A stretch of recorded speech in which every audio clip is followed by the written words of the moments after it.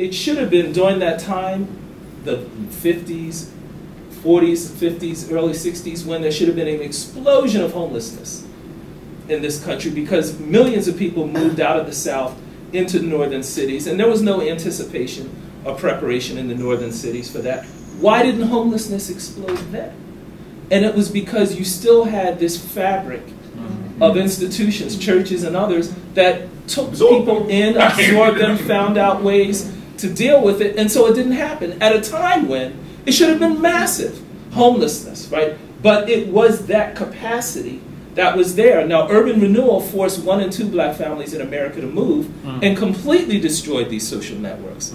You know, with planning and technology, right? So-called better way, which is what scares the hell out of me about our sort of technocrats approaching this issue without that sort of understanding of society.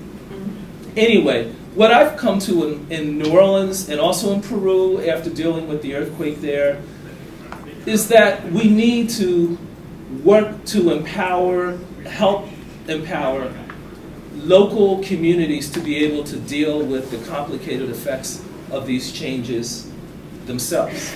That there's no way we can have a master plan or blueprint or whatever that's going to be able to handle every situation. It's the people on the ground and their creativity, their ability, their awareness, their ability to work together that's going to make the really big difference in how these things get handled. The government of Peru is no way, in the foreseeable future, no way going to be able to deal with the effects of climate change across that country in 5,000 different towns. It's not going to happen.